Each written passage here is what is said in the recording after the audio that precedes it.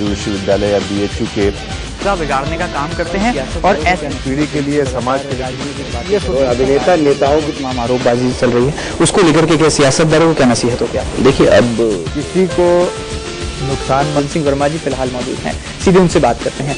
कहानी कैसे, ये सफर कैसे तय हुआ और ये कारवा कैसे? इसलिए थोड़ा ये काम करने में बहुत खुशी है हमको।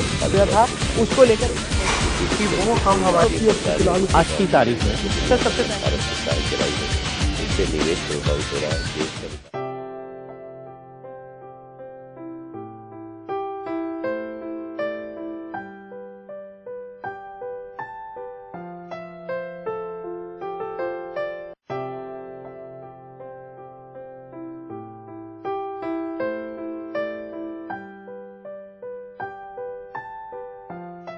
नमस्कार, सिटी न्यूज के खास कार्यक्रम सिटी टॉक में एक बार फिर आपका बहुत बहुत स्वागत है। आज हम वॉक द टॉक करने वाले हैं इंदौर विकास प्राधिकरण यानी कि इंदौर डेवलपमेंट अथॉरिटी के चेयरमैन श्री शंकर लालवानी जी के साथ। शंकर भाई, आपका बहुत बहुत स्वागत है सिटी न्यूज के इस खास कार्यक्रम में। बहुत बहुत धन्यवाद। बिल्कुल, एक IIT से पास आउट इंजीनियर जब इंदौर के डेवलपमेंट की कमान संभालेंगे तो क्या कुछ इंदौर को मिलने वाला है और खास तौर पर इंदौर के लिए विकास का क्या विजन है शंकर लालवानी जी के पास, हम ये जानने की कोशिश करेंगे। और साथ ही साथ पिछला लंबा जो एक तगड़ा अनुभव है उनके साथ में, वो किस तरह से इंदौर के गतिमान विकास के पहियों को रफ्तार देगा, इस पर बातचीत की शुरुआत करेंगे और जानेंगे कि इंदौर शहर की जनता जो उम्मीदें इंदौर विकास प्राधिकरण के अध्यक्ष से रखती है उसको पूरा करने के लिए कैसे वो अब आगे अपने कदम बढ़ाने वाले हैं। शंकर लालवानी जी, लगातार जिस तरह से आपको लेकर के विकास का एक अलग नजरिया बनता है, अब इंदौर शहर की जनता को आपसे बहुत सारी उम्मीदें हैं क्योंकि मुख्यमंत्री शिवराज सिंह चौहान ने एक बड़ी जिम्मेदारी आपके कंधों पर सौंपी है। क्या कुछ तैयारी है, कैसा विजन है विकास का आपके पास? देखिए कि इंदौर एक विकसित शहर है और पूरे प्रदेश में नहीं, देश में इंदौर की चर्चा है। जी जी बिल्कुल। और जिस प्रकार से शहरों का डेवलपमेंट हो रहा है, अर्बन डेवलपमेंट, उसमें इंदौर एक खास भूमिका अदा कर रहा है क्योंकि सेंट्रली लोकेटेड है, पहली बात। और दूसरी बात कि यहाँ हर वर्ग के लोग रहते हैं। इंदौर एक ऐसा शहर है जहाँ आप हर जाति धर्म के लोग पाएंगे, चाहे मुस्लिम हो, सिख हो, ईसाई हो, सिंधी हो, महाराष्ट्रियन हो, साउथ इंडियन हो, नॉर्थ इंडियन हो। ये एक ऐसे कॉस्मोपॉलिटन सिटी है जिसमें सब रहते हैं। मिनी इंडिया कहा जाता है। मिनी इंडिया कहा जाता है और पूरे प्रदेश देश में मध्य में आता है और इसमें ट्रांसपोर्ट फैसिलिटी भी है सेंटर में, तो इसमें पोटेंशियल बहुत है डेवलपमेंट का। तो उसको देखते हुए हमने भी, माननीय मुख्यमंत्री जी ने लगातार पिछले 5 सालों से इंदौर के विकास के लिए जो TCS, इन्फोसिस और बाकी जो एक ये एजुकेशन हब हो गया, तो इन सब बातों को देखे प्रदेश की सरकार भी बहुत इसमें वो है, फोकस है। और माननीय मुख्यमंत्री जी जो ग्लोबल मीटिंग की थी औद्योगिक, तो कुल मिला के इंदौर आने वाले समय में एक मध्य प्रदेश का ही नहीं, पूरे देश का एक ऐसा शहर होने वाला है जहाँ सबकी निगाह है। तो निश्चित तौर पे उसकी जो मास्टर प्लान है, उसकी जो मास्टर प्लान बनाया है, उसकी जो एग्जीक्यूशन की जवाबदारी है, वो IDA के ऊपर है। तो IDA निश्चित तौर पे इसमें बहुत ही सकारात्मक फुल इम्पोर्टेंट रोल अदा करेगा और इसमें जो जो आवश्यकता हुई कामों की वो सब हम करने वाले हैं। पर उसके लिए हम प्लान बना रहे हैं कि इसको किस प्रकार से एग्जीक्यूट करना।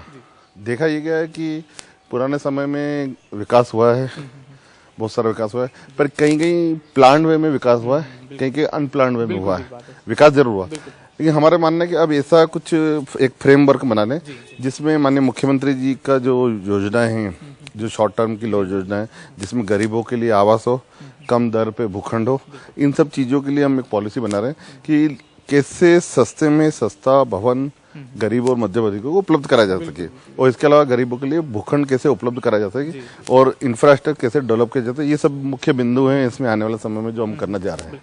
विकास का विजन आपने साफ किया। इंदौर शहर की जनता आपसे कई उम्मीदें लगाए बैठी है, उन्हें अब लगने लगा है कि विकास का एक नया सोपान छूने वाला है इंदौर शहर और खासतौर पर इंदौर डेवलपमेंट अथॉरिटी, जहां पर विकास की योजनाओं को पंख लगाने के कई अपार संभावनाएं हैं। ऐसे में आने वाले दिनों की आपकी क्या प्राथमिकताएं होंगी और खासतौर पर नए साल की बेला में आप किस तरह से एक संकल्प के साथ जुटने वाले हैं IDA की कुर्सी पर अध्यक्ष के तौर पर? देखिए, IDA की एक इमेज बन गई है कि एक कॉलोनाइजर है और जिस प्रकार से प्लाट ही बेच सकता है, तो मेरा ऐसा मानना है इस इमेज को हमको तोड़ना होगा। IDA आम लोगों का कैसे बने, हमारा उस पर विजन है और उस बात को लेके हम इस बात का प्रयास कर रहे हैं कि ठीक है, आईडीए एक डेवलपमेंट का काम करती है, भूखंड उपलब्ध कराती है, मध्यम वर्गीय और उच्च कोटि, लेकिन हमको खास जो आने वाला जो वर्ष है उसमें हम गरीब और कमजोर वर्ग के लिए पूरा ध्यान देंगे, ताकि आम लोगों को लगे कि हमारा डेवलपमेंट अथॉरिटी हमको रहने की, आवास की उपलब्धता दे रहे हैं और प्लाटों की उपलब्धता दे रहे हैं। तो मुझे ऐसा लगता है कि ये हमारी एक प्राथमिकता रहेगी जो आने वाले समय में हम करेंगे। और इस नए वर्ष में निश्चित तौर पे हम संख्या तो नहीं बता पा रहे, लेकिन हजारों की संख्या में आवास भी उपलब्ध कराएंगे और प्लाट भी कमजोर वर्ग के लिए उपलब्ध कराएंगे। अधीक जी, एक सवाल मेरे जहन में आता है, इंदौर चारों तरफ से विकास की ओर बढ़ रहा है, एक्सपेंशन हो रहा है, विस्तार हो रहा है इंदौर शहर का, खासतौर पर सुपर कॉरिडोर की बात करें या बाईपास के पास आसपास होने वाले विकास की बात करें, तो ऐसे में इंदौर विकास प्राधिकरण की क्या योजना है? क्या विस्तार को लेकर भी क्या कोई कार्य योजना तैयार की जा रही है, एक्शन प्लान बनाया जा रहा है? बिल्कुल, आपने सही बोला है। एक तो सुपर कॉरिडोर के आसपास में जिस प्रकार की बातें आ रही है, जिस प्रकार कॉलोनी डेवलप हो रही है, एक नया इंदौर डेवलप हो रहा है और उस नए इंदौर को हम नए एंगल से डेवलप कर रहे हैं।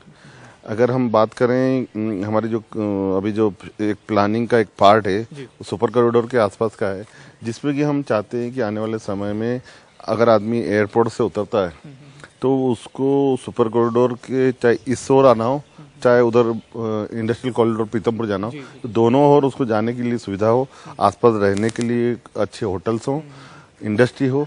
तो इस प्रकार का एक कॉरिडोर बना रहे हैं। अब उस कॉरिडोर की बात करें तो वो हम शुरू करेंगे बाईपास से, एबी रोड से MR10 होते हुए, एक MR10 है और उसके आगे MR12 भी है और MR10 और MR12 के साथ सुपर कॉरिडोर पे मिलेगा। और सुपर कॉरिडोर से भी हम ये बीच में जहाँ जहाँ जंक्शन है वहाँ फ्लाईओवर बनाने की प्लानिंग है कि आने वाले 10-20 साल में ट्रैफिक की समस्या नहीं रहे, फ्लाईओवर बनना चाहिए। और उसके बाद सुपर कॉरिडोर के बाद जो जंक्शन है उज्जैन जाने का, क्योंकि CS आने वाला है, वहाँ भी हम चाहते हैं कि एक फ्लाईओवर बने और उसके आगे एयरपोर्ट रोड पे जो देपालपुर रोड है वहाँ भी फ्लाईओवर बने। और उसके बाद आगे जब हम जाते हैं तो पीतमपुर जो जोड़ने वाली धार रोड से पीतमपुर जो जोड़ने वाली AK की जो सड़क है उससे हम जोड़ना चाहते हैं। तो ये और पीतमपुर से भी AB रोड, तो मुझे ऐसा लगता है कि पूरा एक कॉरिडोर AB रोड से लेके एक AB रोड, जिस प्रकार इधर का बाईपास है उस प्रकार इधर का भी कनेक्टिविटी पर आपका पूरा फोकस है और डेवलपमेंट, उससे ज्यादा इस क्षेत्र का डेवलपमेंट भी होगा। तो ये प्लानिंग। पूर्व में निगम में जनकार्य समिति के आप प्रभारी रहे, निगम सभापति भी आप रहे, एक लंबा अनुभव है और विकास को लेकर जिस नजरिए की जरूरत है वो आपके पास है, ऐसा मानना है शहर की जनता का। ऐसे में चुनौतियां कितना बड़ा अपनी भूमिका अदा करती है, क्योंकि विकास जब जब होता है तो अतिक्रमण सामने आते हैं, चलिए चुनौतियां सामने आती हैं, इन चुनौतियों से कैसे पार आएंगे? क्या कुछ CM शिवराज सिंह चौहान से भी कुछ बातचीत हुई है विकास के इन तमाम कार्य योजनाओं को लेकर? जहाँ तक चुनौतियों की बात है, चुनौतियां हैं हमारे सामने 2-3 प्रकार की हैं। जहाँ तक आप अतिक्रमण की बात कर रहे हैं, हमारे पास जो हमारी खुद की प्रॉपर्टी है उस पर अतिक्रमण हटाने के पावर हमारे पास नहीं है, लेकिन आते से हमने जो पॉली बोर्ड की मीटिंग करी थी उसमें हमने निवेदन किया था कि हम शासन से वो पावर ले रहे हैं ताकि हम हमारी जमीन पे, हमारी प्रॉपर्टी पे जो भी अतिक्रमण होना है उसको रोका जा सके, हम उसमें कर भी जाएं। एक बात। और दूसरी बात ये है कि जो विजन बात कर रहे हैं आने वाले समय में, तो निश्चित तौर पर इंदौर के जो मंत्री हैं कैलाश विवर्गी जी, वो इस विभाग के मंत्री बने। तो ये एक हमारे इंदौर के लिए और हमारे लिए एक सौभाग्य का विषय है कि माननीय मुख्यमंत्री जी की मंशा है, यहाँ के कैलाश जी की, तो हम सब एक टीम वर्क में काम करेंगे। निश्चित तौर पे जो पेंडिंग एजेंडा है उसमें हम पूरा करेंगे। राजनीतिक बोर्ड का भी गठन हुआ है, आप इंदौर विकास प्राधिकरण यानी कि IDA के अध्यक्ष भी बनाए गए, साथ ही साथ राजनीतिक बोर्ड में का भी कहीं ना कहीं संलग्नता है। कैसे सामंजस्य बिठाएंगे, क्योंकि अलग अलग विचारधारा, अलग अलग विचार, अलग अलग विजन के साथ जो है पदाधिकारी बोर्ड बैठक में बैठते हैं, उपाध्यक्ष हो सकता है अलग राय रखें, कभी संचालक अलग राय रखें, कैसे सामंजस्य बिठाएंगे? देखिए, पार्टी में काम करते करते इतना अनुभव आ गया है कि हम सब साथ में मिलकर चले और कुल मिला के जो हमारा बोर्ड है उसका एजेंडा है विकास। तो हमारा एक सामूहिक जो है वो तो विकास का है, उसमें हम बिल्कुल तालमेल करके चलेंगे और मुझे लगता है विकास के मामले में हम सब साथ में हैं। बोर्ड के गठन के बाद अधिकारियों से कैसा आपका अब तक का जो है इंटरेक्शन रहा है? किस तरह से आपको लगा कि अधिकारी भी सहयोगात्मक रवैया रखते हैं, और खासतौर पर इंदौर डेवलपमेंट अथॉरिटी की अगर हम बात करें? देखिए, उनको अधिकारियों को जो विजन दिया गया है उसमें बताया गया है कि हमारा जो विजन है वो इस प्रकार का है। उस विजन को ध्यान में रखते हुए मुझे लगता है कि अधिकारियों को ध्यान में आ गया कि हमारी माननीय मुख्यमंत्री जी की और हमारी पॉलिटिकल जो बोर्ड है उनकी क्या मंशा है काम करने में, तो अधिकारी उस एंगल से काम करेंगे भी।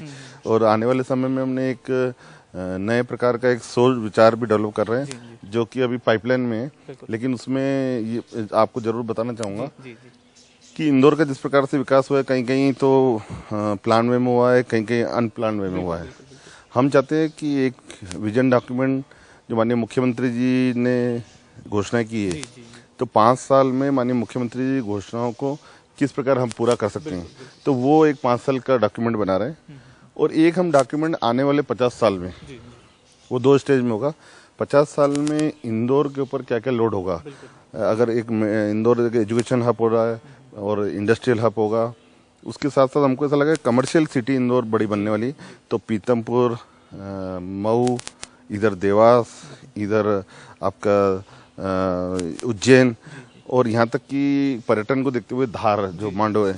तो हम चाहते हैं कि ये सभी जितने आसपास के जो क्षेत्र हैं उनके साथ बैठ के पूरे इंदौर के एक प्लान बनाए, मास्टर प्लान बनाए, कि जो मास्टर प्लान ने वो एक मास्टर प्लान अलग है जो बनता है, एक हमें इसको आने वाले भविष्य, दूरगामी भविष्य की बात करें तो इसको हम सोच के हम एक बनाने जा रहे हैं। तो मुझे लगता है कि जो 50 साल बाद जैसा इंदौर होगा उसकी प्लानिंग हम सब आगे बैठ के करेंगे, तो आने वाले समय में एक स्टेज में इंदौर का विकास होगा। मतलब आम आदमी के घर का जो आशियाने का सपना है वो जरूर पूरा करने वाला है आईडीए, और सुनियोजित विकास और खासतौर पर दूरगामी विकास की ओर आपका कहीं ना कहीं कदम बढ़ेंगे। चलिए जाते जाते इंदौर शहर की जनता के लिए खासतौर पर क्या संदेश होगा, और इंदौर विकास प्राधिकरण के अध्यक्ष बनने के बाद अब कौन कौन सी ऐसी चाबियां हैं जिसको विकास के दौरान आप जो है खोलने वाले हैं? देखिए, इस बार हम बजट फरवरी में ला रहे हैं, तो बजट तक हम क्या क्या कर सकते हैं उसकी हम पूरी होमवर्क कर रहे हैं, हमारे अधिकारी भी कर रहे हैं, हम भी कर रहे हैं। और मध्य प्रदेश शासन माननीय मुख्यमंत्री जी से, माननीय कैलाश विजयवर्गीय जी से मिलकर क्या हमारी योजनाएं हैं उनके साथ एक बार बैठकर, पर इतना मैं जरूर विश्वास दिला सकता हूँ इंदौर की जनता को कि इंदौर विकास प्राधिकरण, नगर निगम, मध्य प्रदेश शासन और हम सब मिलके एक अच्छे इंदौर के लिए, सुंदर इंदौर के लिए, विकसित इंदौर के लिए काम करेंगे। बहुत बहुत शुक्रिया शंकर लालवानी जी, आपने सिटी न्यूज के साथ वॉक द टॉक किया।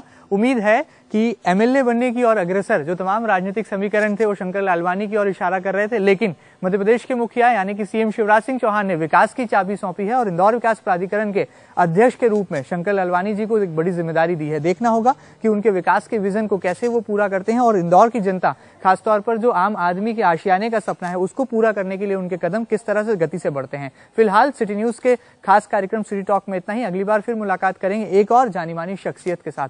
तब तक मुझे और मेरे कैमरा पर्सन धर्मेंद्र यादव को इजाजत दीजिए। नमस्कार।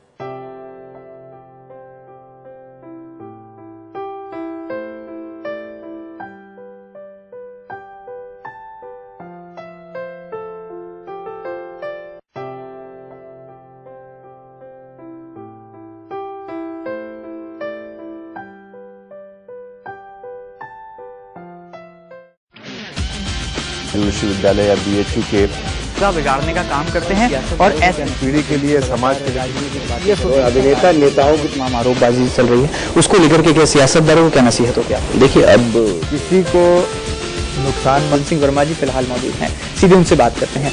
कहानी कैसे, ये सफर कैसे तय हुआ और ये कारवा कैसे? ये इसलिए थोड़ा ये काम करने में बहुत खुशी है हमको। था उसको लेकर आज की तारीख में सबसे निवेश प्रभावित हो रहा है।